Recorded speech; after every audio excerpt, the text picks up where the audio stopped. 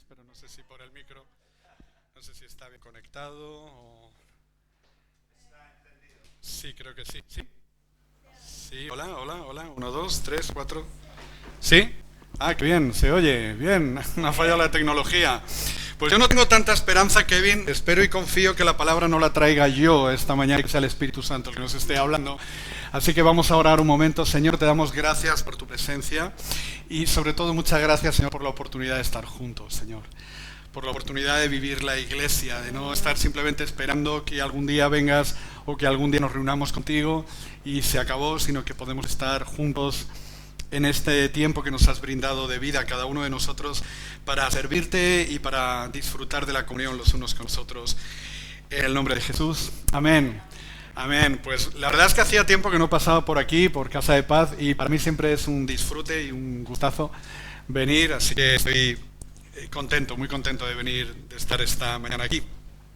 Como sabéis, llevamos unas semanas haciendo un estudio enfocado en el Mesías, un estudio sobre Isaías, y aprovechando precisamente estas fechas donde queremos recordar a todo el mundo que la Navidad no es una oportunidad para el desenfreno y para la glotonería.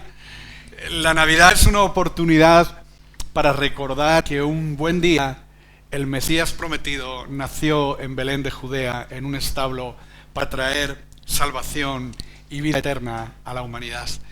Y los cristianos disfrutamos y celebramos ese día, que no sé si cronológicamente corresponde al día que celebramos, pero es intrascendente. Celebramos una vez al año que Jesús, el Mesías, Yeshua, HaMashiach, nació en Belén y vino para salvarnos y redimirnos.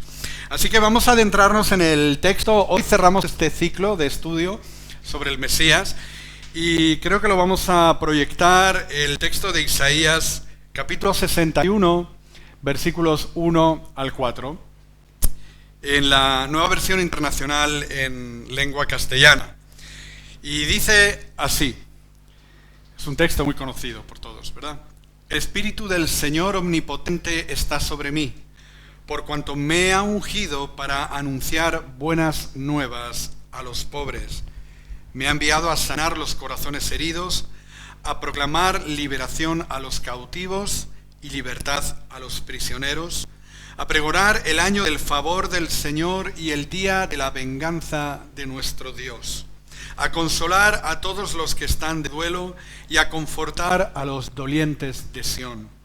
Me ha enviado a darles a darles una corona en vez de cenizas, aceite de alegría en vez de luto, traje de fiesta en vez de espíritu de desaliento. Serán llamados robles de justicia, plantío del Señor para mostrar su gloria. Reconstruirán las ruinas antiguas y restaurarán los escombros de antaño. Repararán las ciudades en ruinas y los escombros de muchas generaciones. Amén. ¿Cuántos de aquí saben y cuántos de los que nos escuchan desde sus casas que la palabra evangelio significa buenas noticias o buena noticia o buena nueva, ¿verdad? El evangelio es una buena noticia para la humanidad.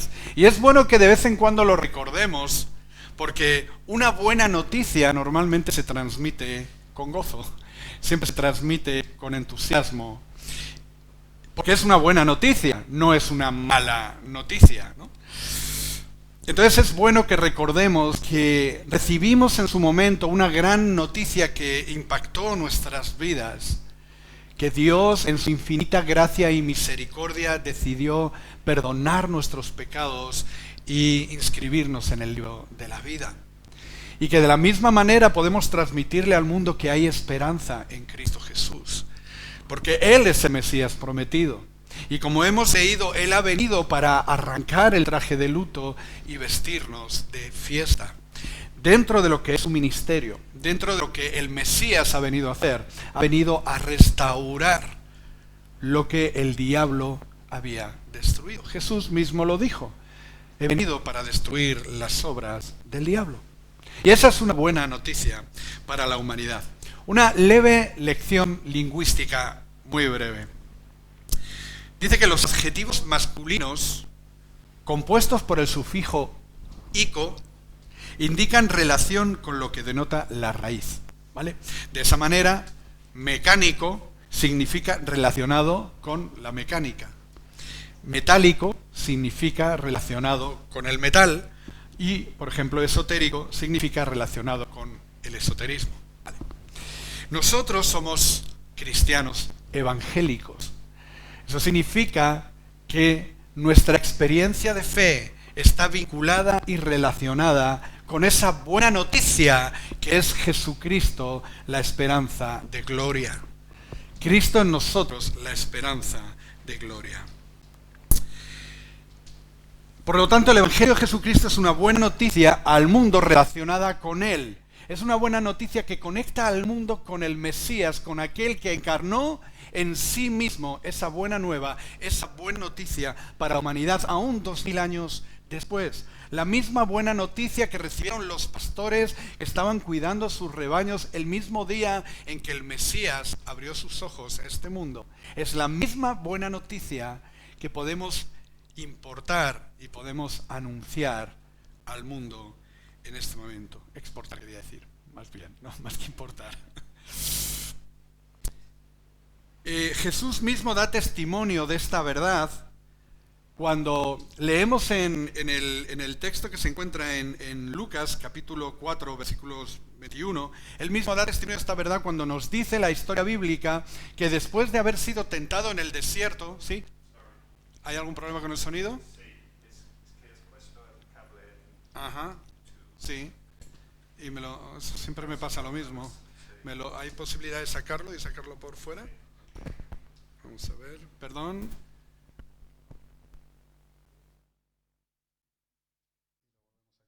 Si no, van a tener problemas en el live stream. Vale. Es que el cable hay que llevarlo al aire aquí, porque si no tienes que ir como un Teletubby con el cable. ¿Está bien? ¿Funciona? ¿Ahora se ve bien? Siempre me pasa lo mismo, yo creo que es el diablo, Dios le reprenda. El diablo de la tecnología. Es broma. Está, ¿no? Gracias, ahora sí. Bueno, empezamos a predicar. Padre, no es broma. Continuamos. Como decía, él mismo da testimonio de esta verdad. Jesús mismo da testimonio de esta verdad cuando, después de haber sido tentado en el desierto, nos cuenta Lucas que él regresa y regresa directamente a Galilea, la provincia donde él había nacido, y entrando en una sinagoga que se encontraba en Nazaret, donde él había vivido en gran parte de su infancia, estando en la sinagoga se le dio a leer el rollo, y cuando digo rollo no digo porque fuera aburrido, porque antiguamente no existían los códices o los libros, era un pergamino o un rollo, un papiro, y se le entregó el rollo del profeta Isaías justamente en el capítulo 61. Y después de leerlo, Jesús, el mismo texto que acabamos de leer, él mismo declaró delante de los que le estaban escuchando: hoy se ha cumplido esta escritura en vuestra presencia o delante de vosotros. ¿Os podéis imaginar la escena? Todos escuchándole atentamente, y cuando él termina de leer ese texto, él señala a sí mismo delante de todos los que le estaban escuchando: hoy se ha cumplido esta escritura delante de vosotros. Y después se le comienza a argumentar y a golpear sobre la arrogancia, de la soberbia de los fariseos, de los religiosos. Comienza a decirles de cómo Dios actúa de forma sobrenatural y Él toca el corazón y la vida de aquellos que soberanamente Él escoge, sobre aquellos que Él pone sus ojos. Se habla de Naamán el sirio, etcétera, etcétera. Y dice que la gente que le estaban escuchando, de repente entraron en tal cólera, en tal soberbia, que le agarraron e intentaron despeñarle. ¿Recuerdas esa escena? ¿La has leído? Cómo le agarran y le llevan al mismo límite de un precipicio. Y aquí hay un texto que a mí siempre me sobrecoge y dice que él pasó en medio de ellos y se fue. Y uno piensa, bueno, si hay una turba que te están agarrando para despeñarte, ¿cómo puedes pasar en medio de ellos y desaparecer? Bueno, pues sencillamente porque él era Dios y podía hacerlo. Él es Dios. Así que esta declaración suscitó esa polémica entre los que le escuchaban, y su disertación llegó incluso a ofenderles, profundamente. ¿Por qué razón? Porque él, delante de los que le escuchaban, se autodeclaró como el Mesías que ellos llevaban durante siglos esperando.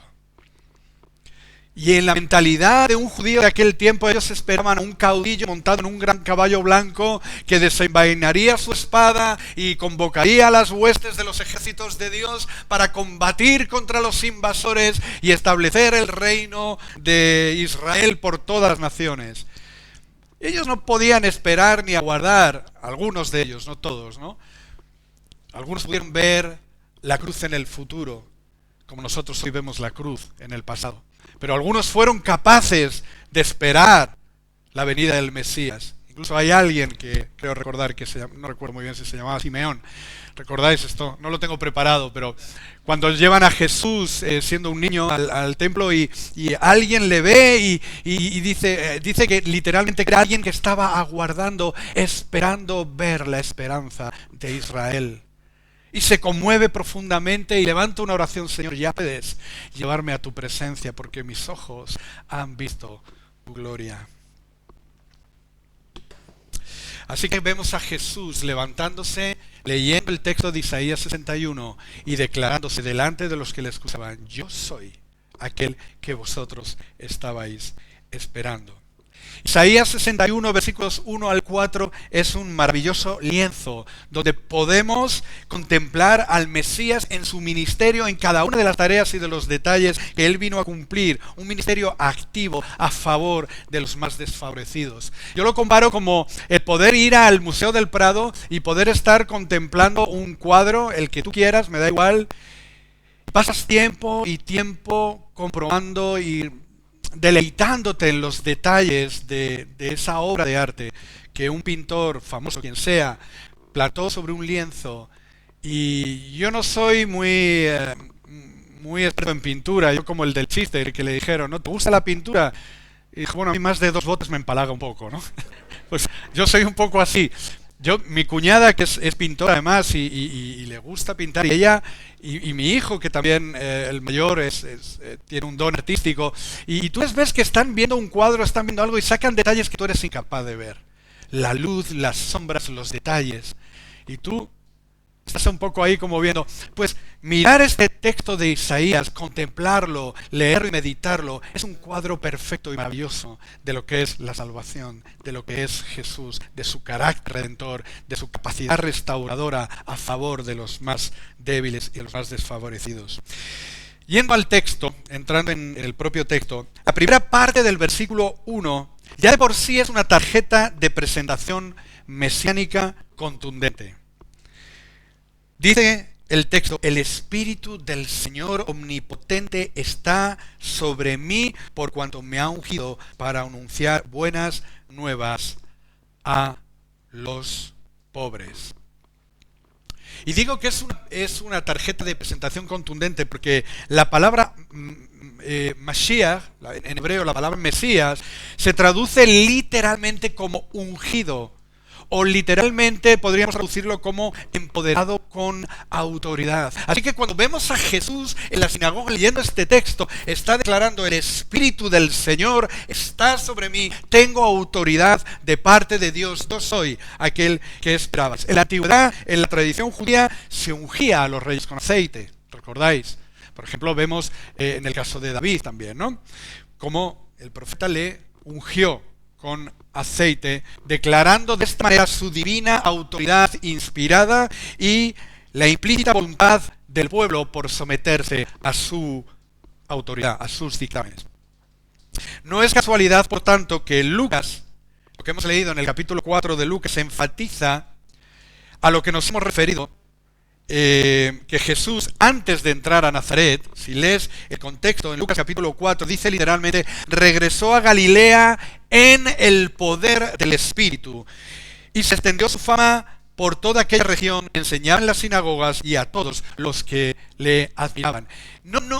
Mira, Dios no da puntadas sin hilo. La palabra de Dios es inspirada. ¿Cuántos creen esto? La palabra de Dios es inspirada por Dios, y Dios se ha cuidado de escribirnos una carta a los hombres donde cada detalle está perfectamente perfilado. Cuando dice literalmente que él regresó a Galilea, recordáis que regresó a Galilea, que regresó a Nazaret, que fue a aquella sinagoga, dice literalmente que él no lo hizo de cualquier manera. Él fue allí empoderado por el Espíritu Santo, en el poder del Espíritu de Dios. Así que Jesús evidencia ante todos que Él es el cumplimiento de la promesa. No solo por la evidencia del poder que brotaba de Él, no solamente por los milagros que Él hacía, por las grandes señales que Él hacía, sino porque enseñaba y anunciaba buenas nuevas a los humildes. Desde la cima de los montes donde se agolpaba la gente para escucharle, hasta las sinagogas donde los religiosos se reunían para leer las Escrituras. Jesús cumple el rol del Mesías que anuncia las buenas nuevas de salvación a todos aquellos cuantos quieren escucharle. Pensando en nosotros, todo este mover mesiánico del Espíritu de anunciar buenas nuevas tiene que ver con nuestra labor. Esto de ser evangélico tiene que ver con eso, tiene que ver con ser anunciadores de buenas nuevas. Porque nuestra labor, no solamente en el hacer discípulos, en todo aquello que hacemos, tiene un carácter mesiánico.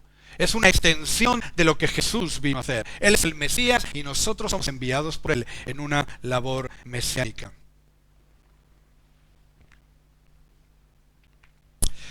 Pero para poder hacerlo necesitamos que se cumpla esta misma secuencia que vemos en Jesús. Ser lleno del Espíritu Santo, ser empoderado y ser enviado. Mira, si tú no tienes el Espíritu Santo, puedes ser elocuente en tu forma de hablar. Lo que yo estoy haciendo en este momento, confío y deseo, es mi oración, que no sea mera elocuencia. Porque la mera elocuencia sirve para más bien para poco. No contribuye para nada en lo que tiene que ver el reino de los cielos. Pero cuando es el Espíritu Santo el que habla de forma inspirada, la cosa cambia. Yo puedo leer cualquier libro de filosofía, amigos y hermanos, pero cuando leemos la palabra que ha sido inspirada y escrita por el Espíritu Santo, algo debe ocurrir. Por eso es importante ser lleno del Espíritu Santo, ser empoderado, tener esa capacidad sobrenatural de poder transmitir la palabra de Dios, las buenas nuevas a los demás, porque de lo contrario, ¿sabes qué? Estás transmitiendo información a la gente, pero no va a producir ningún fruto. Cuando hay fruto en nuestra labor de hacer discípulos, cuando hay fruto, es señal inequívoca de que el Espíritu Santo está involucrado en ello. Porque donde está el Espíritu del Señor, ahí hay libertad. Donde el Espíritu Santo se mueve, hay poder. Pero donde el Espíritu no está, hay religiosidad, hay religión y hay poco más. Dice Hechos capítulo 1, versículo 8. Hechos capítulo 1, versículo 8. Pero cuando venga el Espíritu Santo sobre vosotros, recibiréis ¿qué? Poder. Y seréis mis testigos, tanto en Jerusalén como en toda Judea, en Samaria y a los fines de la tierra. Lo que marca la diferencia no es que unos hombres apasionados que habían convivido con Jesús durante 3 años o algo más de tiempo y apasionados por esa relación y cómo había afectado a sus vidas, salieron al mundo para dar testimonio de lo que ellos habían vivido. La gran diferencia que revolucionó el mundo entero es que estos hombres estaban llenos del Espíritu Santo, llenos del poder del Espíritu. La segunda parte del versículo 1 nos habla de sanidad y liberación. El Mesías no solo tiene poder para anunciar, sino también para sanar y liberar a los oprimidos. Donde Jesús se mueve, donde Jesús está, hay liberación, hay un romper de cadenas. Isaías 61, verso 1 que hemos leído, me ha enviado a sanar los corazones heridos, a proclamar liberación a los cautivos y liberar a los presos. El Espíritu de Dios está sobre mí y me ha enviado. Me ha enviado, Dios mismo me ha enviado, dice el Mesías, a cumplir una misión que es sanar corazones heridos. Es proclamar liberación a los cautivos y es liberar a los prisioneros de esperanza. Y aquí, llegado a este punto, yo me hago una pregunta y os traslado esta pregunta a vosotros también. Y la pregunta es, ¿cuál ha sido tu experiencia de sanidad y liberación en Cristo? Porque donde quiera que Cristo está, donde quiera que se ha producido el milagro de ese alumbramiento especial, de ese encuentro personal con Jesús, en tu personal camino de Maús, en tu personal camino de Damasco, como el apóstol Pablo, cuando te encuentras con Jesús de una forma real, algo tiene que ocurrir. Algo tiene que ocurrir. Hay una liberación. Puede ser en un instante o puede ser progresiva, pero algo ocurre. Hay sanidad, hay restauración y hay liberación. Y esto que yo estoy compartiendo en esta mañana es algo que yo tengo el imperativo personal de repetirme a mí mismo una y otra vez. Porque se nos olvida con facilidad que hay poder en el nombre de Jesús. Y se convierte en una rutina caminar con Él y se nos olvida que Él es el Mesías que ha venido a pudrir el yugo por medio de la unción y a liberar a los cautivos. Juan capítulo 10, versículo 10, dice: el ladrón no viene más que a robar, matar y destruir, pero yo he venido para que tengan vida y la tengan en abundancia. ¿Tienes tú vida en abundancia? ¿Tengo yo vida en abundancia? Porque el Mesías vino para que tengamos vida en abundancia. Y la gran pregunta es: ¿en qué consiste esa abundancia de vida en nuestra propia experiencia? ¿Qué imagen irradiamos hacia el mundo? Yo no sé cuál es la imagen que tú irradias, pero yo sé cuál es la imagen que yo proyecto sobre el mundo muchas veces. Y créeme que tiene muy poco que ver con esto. Y es entonces cuando el Espíritu Santo toca la puerta de mi corazón y me dice: ¿en qué medida estás confiando en mí? ¿En qué medida estás experimentando el poder que estoy vertiendo sobre ti? ¿Cómo se traduce la salvación que yo he ejecutado sobre una cruz de madera en un monte llamado el Gólgota? ¿Cómo eso se ve más allá de lo que tú ves? ¿Dónde está esa liberación? ¿Dónde está esa sanidad? Y cuando estaba pensando en esto hace un momento, reflexionando y repasando un poco los apuntes, estaba pensando en Pedro. En esa escena de la que hemos hablado tantas veces, cuando él salta de la barca y todo lo que le pide a Jesús es una palabra. Y le dice: Jesús, si eres tú el que está caminando sobre las aguas, dime que yo vaya a ti. Y Jesús le dice: pues ven. Y en esa palabra que Pedro recibe, que Pedro abraza, se produce el gran milagro. El milagro de la fe, donde él es capaz de decir, interiorizar esta cuestión en la forma en la que Dios me ha dado una palabra. Y en virtud de esa palabra, la voy a abrazar, la voy a creer y la voy a obedecer. Y la voy a atesorar en mi corazón. Y en este mismo instante decido saltar de la barca y caminar hacia Él. Pero tan pronto como la duda, tan pronto como la sombra de la duda sobre la palabra de Dios se levanta en el corazón de Pedro, Pedro comienza a hundirse. Y en ese instante, la única percepción que Pedro tiene mientras se hunde es: me muero, me ahogo, estoy rodeado de olas gigantes. Jesús desaparece del mapa. No es que desaparezca, Él está allí, obviamente. Pero en la percepción de Pedro ya no está Jesús, ya no está su palabra, ya no hay poder, ya no hay unción, ya no hay autoridad, ya no hay nada. Solo olas que quieren hundirle en lo más profundo del mar de Galilea. Así somos tú y así somos yo. Así sois vosotros y así soy yo. Es la verdad. El Mesías ha venido a destruir las obras del diablo. Y todo lo que vivimos muchas veces es que estamos en medio de una tormenta embravecida. Y en medio de la tormenta embravecida tenemos que tomar una decisión, una determinación de seguir creyéndole a Él. Él ha venido a liberar a los cautivos y a sanar los corazones. Y yo, como creyente, como alguien que ha decidido confiar plenamente en Dios y en su palabra, debo tomar la firme determinación de que aunque esté rodeado de olas, aunque haya una tormenta a mi alrededor, voy a seguir creyendo en la palabra que Dios me ha dado. Él ha venido para sanar mi corazón. Él ha venido para restaurar mi vida. Él ha venido a darme vida y a darme en abundancia. Y no voy a permitir que nada ni nadie me robe esa perspectiva. Solo podemos dar testimonio de Jesús si hemos experimentado a Jesús. Solo podemos ser testigos eficientes del Evangelio si el Evangelio ha llegado a nosotros. De la misma manera, no puedo recomendar a un determinado médico, a alguien, si no he sido tratado por él y he podido comprobar la eficiencia de su terapia. Sería absurdo que mande a Kevin a un médico, vete a tal médico, si no tengo alguna referencia acerca de ese médico. O a lo menos que haya experimentado su capacidad, su praxis, su docencia traducida en una terapia eficiente que me ha sanado de una dolencia. De la misma manera, cuando se produce un accidente o ocurre algún delito, normalmente los jueces buscan testigos de lo que ha ocurrido. Nosotros hemos sido llamados a ser testigos del Mesías. Y no podemos ser testigos en ninguna manera si no lo hemos conocido. Si no hemos conocido su poder liberador, ¿cómo puedo yo decirle a nadie: Jesús va a liberarte? ¿Cómo puedo dirigirme a los atormentados para decirles: hay esperanza en Cristo, si yo no he experimentado el poder de Dios en mis propios tormentos, en mis propias dolencias? Hay un ciego del que nos habla Juan, capítulo 9, que es sanado por Jesús, ¿recordáis? Y es interrogado por los fariseos. Estaban escandalizados con lo que habían ocurrido, así que abren una investigación acerca de lo que había experimentado este ciego.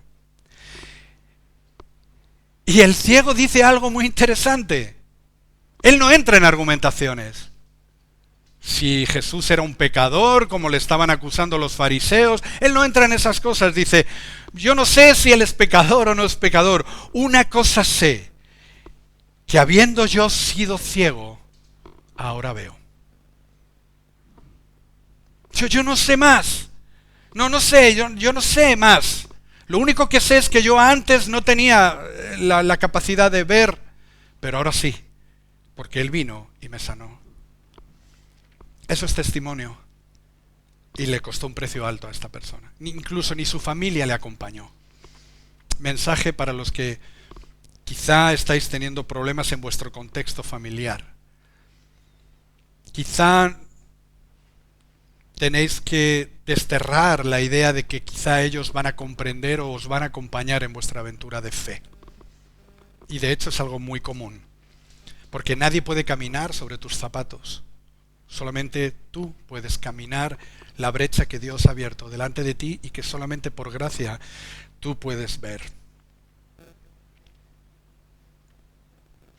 Como escuché alguna vez a un predicador decir, una buena frase, no sé de quién es, créeme que he buscado en todas las Wikipedias, todas las pedias habidas y por haber, y no he encontrado el autor de esa frase. Quizás realmente el autor sea la misma persona que escuché. Y la frase es: si el Evangelio no te ha cambiado, es porque el Evangelio no te ha llegado. No conozco personalmente a ningún hombre de Dios que no tenga en sí mismo la plena conciencia de una experiencia sanadora y liberadora de Cristo en su propia vida, en su propio corazón. Considerad a los grandes hombres de la fe que han sido una lumbrera para nuestras vidas, que han sido un destello de luz que ha influido en nuestras vidas y en la historia del cristianismo. Lutero, Whitefield, Saulo de Tarso, Agustín de Hipona, Spurgeon, John Bunyan, Wilberforce. Todos son testigos de una experiencia radical en sus vidas con Cristo Jesús que transformó profundamente sus corazones. Y por supuesto me estás entendiendo. Esto no significa que de un día para otro la película cambie radicalmente. A veces sí. Pero el Mesías rompe cadenas. El Mesías libera. El Mesías sana. Todos ellos fueron testigos del poder sanador y libertador del Mesías. Y la gran pregunta aquí es, ¿lo somos tú y yo?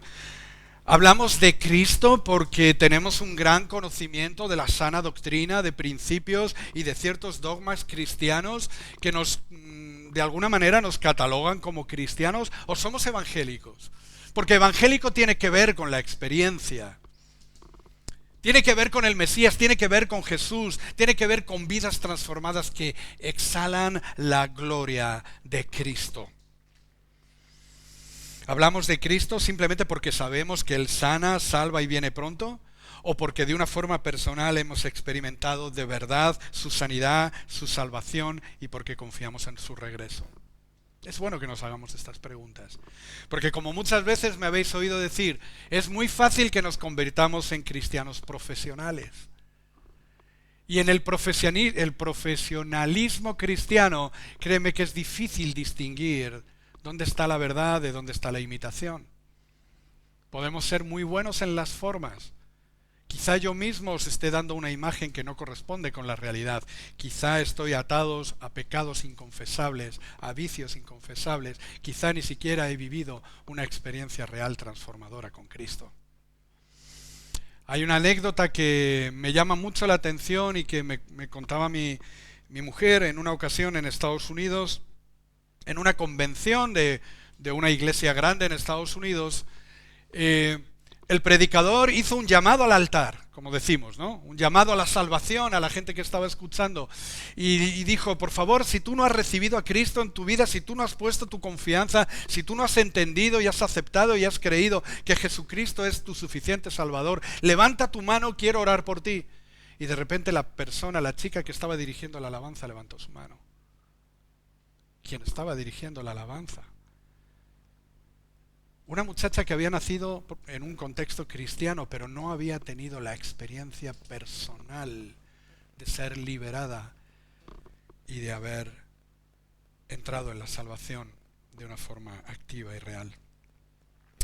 El versículo 2 de este texto de Isaías nos habla de gracia, pero nos habla de juicio también. Dice Isaías 61:2, he venido a pregonar el año del favor del Señor, el día de la venganza de nuestro Dios. Y es muy curioso este texto. Capta la idea. Fíjate bien en lo que dice el texto, porque nos habla de dos espacios de tiempo muy diferentes. Dice, he venido a pregonar el año del favor del Señor y el día de la venganza de nuestro Dios. Qué bueno que la gracia precede al juicio. Si leemos de nuevo con detalle ese texto, como digo, nos habla de dos espacios de tiempo. Uno es referido al juicio y nos habla de un día para la ira, un día para el juicio, para la venganza de Dios. Y otro es referido a la gracia que antecede al juicio y que es 364 veces mayor que el segundo. Gloria a Dios. A mí esto me impresiona. Y como he dicho hace un momento, Dios no da puntadas sin hilo. El juicio de Dios es una realidad y que acontecerá algún día cuando todos tengamos que comparecer delante del gran trono blanco, delante de la presencia de aquel que ha recibido autoridad para juzgar a las naciones. Pero dice el profeta Isaías que comparativamente hay un año para la gracia. Aleluya. Hay un año de favor del Señor. Dice el Salmo 103, versículos 8 al 10, no vamos a ir ahí, pero anótatelo o búscalo en tu aplicación. Salmo 103, versículo 8 al 10. El Señor es clemente y compasivo, lento para la ira y grande en misericordia. No sostiene para siempre su querella, ni guarda rencor eternamente. No nos trata conforme a nuestros pecados, ni nos paga según nuestras maldades. Ese es nuestro Dios, lento para la ira y grande en misericordia. El Salmo 30, versículo 5 dice, solo un instante dura su enojo, pero toda una vida su bondad. Y esa es la razón por la que tú y yo estamos vivos y en pie hoy. Porque si tan solo Dios fuese juicio en virtud de la verdad que contiene la palabra de Dios, Dios tendría 1.000.000 de razones para arrebatarnos la vida que no merecemos. Pero es gracias a su misericordia, es gracias a su gracia infinita que Él extiende su mano a nuestro favor y ha enviado a un Mesías, a Jesús, quien dice la palabra de Dios que por el gozo puesto delante de Él sufrió la cruz. Y dice también que Él puso su rostro como el pedernal para entrar en Jerusalén. Jesús, el Hijo de Dios, en el mismo momento que se encontraba en el huerto de Getsemaní, llorando y sudando lágrimas de sangre, sudor hecho sangre, clamando, si es posible, Padre, pase de mí esta copa, pero no sea como yo quiero, sino conforme a tu voluntad. Él tuvo una revelación de lo que había más allá de la cruz. Y por el gozo puesto delante de Él, y en ese gozo estábamos tú y yo, es que Jesús entró en Jerusalén. Por el gozo puesto delante de Él. El Mesías, cargando la cruz, sufriendo lo oprobio, la burla y el escarnio de un mundo que le sigue aborreciendo. Camino del Gólgota por el gozo puesto delante de Él.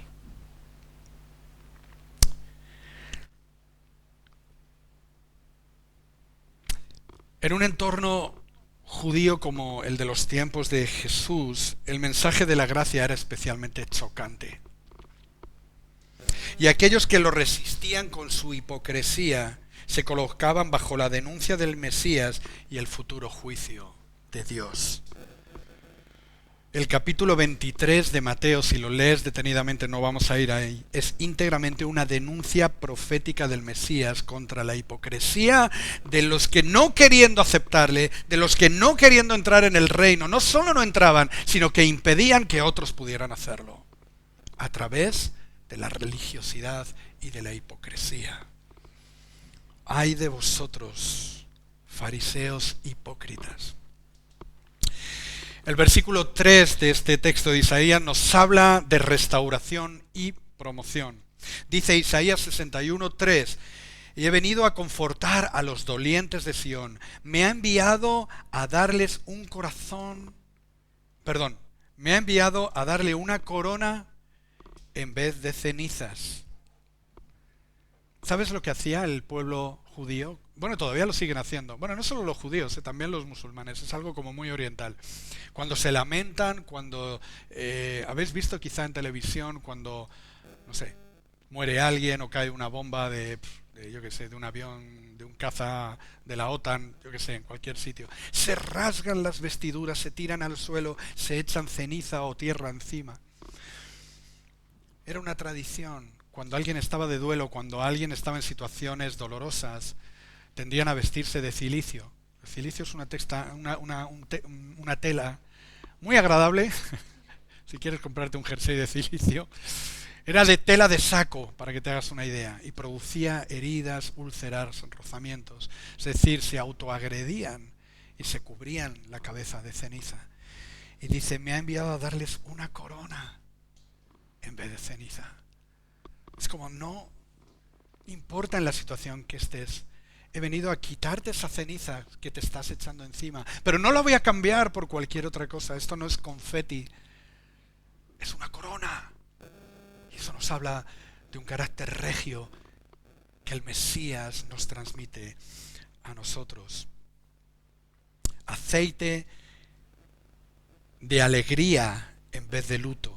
Traje de fiesta en vez de espíritu de desaliento. Y serán llamados robles de justicia, plantío del Señor para mostrar su gloria. Serán llamados robles de justicia, plantío del Señor. El Mesías tiene potestad, tiene dominio, tiene poder para restaurar a los afligidos y los desesperados, para cambiar su lamento en gozo y para coronarlos con regia dignidad. Dice el Salmo 30, versículo 11, convertiste mi lamento en danza, me quitaste la ropa de luto y me vestiste de fiesta. Palabra del Señor. Has cambiado mi lamento en baile, en danza, me quitaste la ropa de luto y me vestiste de fiesta y alegría. Las vidas de quienes le han conocido, aun habiendo estado en esta condición, deben caracterizarse por un testimonio vivo de su poder transformador. Tu vida y mi vida deben ser cartas escritas por todo el mundo que testifiquen la realidad de que Dios es capaz y poderoso de cambiar el luto por alegría y gozo. Y si no lo tienes y no lo tengo, debemos perseguirlo. No quiero darme tregua a mí mismo en ese sentido. Quiero estar vestido de gozo y alegría. Hace unos años, Kevin recordará, tuvimos nuestro llamados, como llamamos ahora. En aquel entonces no lo llamábamos llamados, valga la redundancia, nuestro retiro de iglesia en el Mirador de Alcalá, en Alcalá de Henares. Y en el comedor, este lugar pertenece a Remar, y allí hay algunos chicos y no sé si chicas también que vienen del sórdido mundo de las drogas y están trabajando y colaborando en la misión allí. Y había un muchacho de mi edad, joven, que servía las mesas, y este chico, en cada mesa por la que servía, no desaprovechaba oportunidad para contar lo que Dios había hecho en su vida.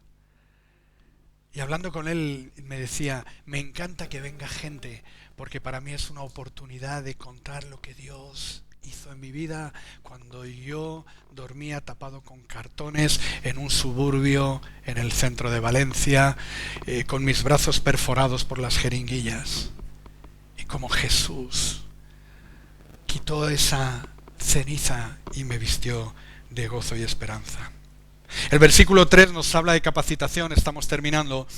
Dice el versículo 61, verso 4, reconstruirán las ruinas antiguas. Fíjate bien, reconstruirán las ruinas antiguas y restaurarán los escombros de antaño, repararán las ciudades en ruinas y los escombros de muchas generaciones. Y en este texto, por primera vez encontramos que por un momento el foco ya no está puesto sobre el Mesías.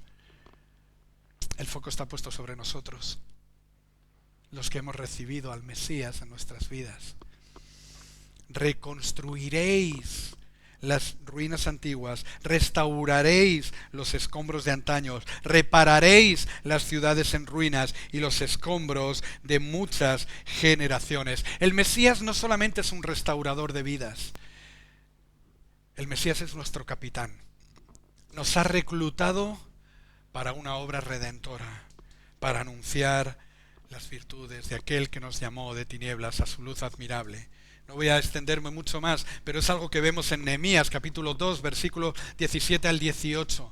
Cómo Nehemías siente un quebradero en su corazón cuando ve la ciudad de Jerusalén y las murallas totalmente desoladas y recluta a el pueblo de Dios, a los oficiales, a los sacerdotes, para levantarse y edificar los muros de Jerusalén.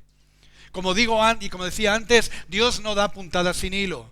Y este texto que encontramos en el libro de Nehemías capítulo 2 se cumple también y tiene un cumplimiento mesiánico sobre nuestras vidas. Tú y yo hemos sido llamados a reconstruir lo que el mundo ha destruido, lo que el enemigo ha destrozado, la desolación que hay alrededor del mundo, donde no hay sentido de lo sagrado, donde no hay respeto de Dios, donde no hay temor de Dios. Tú y yo hemos sido llamados a reconstruir los muros, para que todo el mundo conozca que hay un Dios que es verdadero, que es justo, que es santo, y que Él creó este mundo y puso su presencia en Él. Recordáis, en el huerto del Edén, dice literalmente que Él se paseaba en el frescor de la mañana. Este mundo fue creado por Él y para Él, porque todas las cosas le pertenecen a Él. Y Él quiere restaurar todas las cosas. Y tú y yo hemos sido reclutados por Él para colaborar y servir al Mesías en esta labor de restauración. Vamos a concluir con este texto de Romanos 8, versículos 19 al 21, y con esto concluimos. Dice literalmente, lo digo para enfocarnos en el sentido que estamos hablando acerca de nosotros, en lo que está sucediendo más allá de nosotros, quizá cosas que nosotros no somos capaces de monitorizar. Pero yo no sé si tú eres consciente de lo que dice el texto de Romanos escrito por el apóstol Pablo. La creación entera aguarda con ansiedad la revelación de los hijos de Dios. ¿Eres consciente de eso?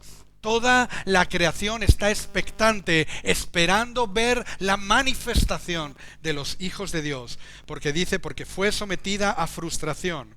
Y esto no sucedió por su propia voluntad, sino por la de aquel que así lo dispuso. Pero queda la firme esperanza de que la creación misma ha de ser liberada de la corrupción de la esclavitud para alcanzar así la gloriosa libertad de los hijos de Dios. ¿Sabes que tú y yo hemos sido llamados a liberar la creación?